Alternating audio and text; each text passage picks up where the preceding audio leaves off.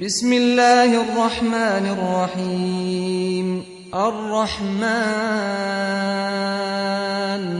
علم القرآن خلق الإنسان علمه البيان الشمس والقمر بحسبان والنجم والشجر يسجدان والسماء رفعها ووضع الميزان ألا تطغوا في الميزان وأقيموا الوزن بالقسط ولا تخسروا الميزان والأرض وضعها للأنام فيها فاكهة والنخل ذات الأكمام والحب ذو العصف والريحان فبأي آلاء ربكما تكذبان خلق الإنسان من صلصال كالفخار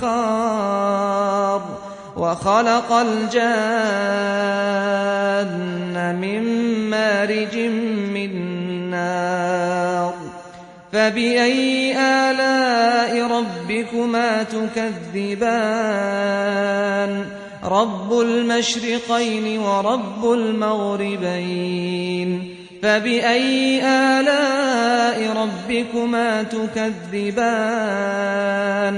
مرج البحرين يلتقيان بينهما برزخ لا يبغيان فبأي آلاء ربكما تكذبان يخرج منهما اللؤلؤ والمرجان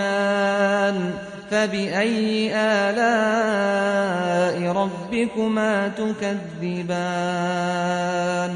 وله الجوار المنشآت في البحر كالأعلام فبأي آلاء ربكما تكذبان كل من عليها فان ويبقى وجه ربك ذو الجلال والإكرام فبأي آلاء ربكما تكذبان يسأله من في السماوات والأرض كل يوم هو في شأن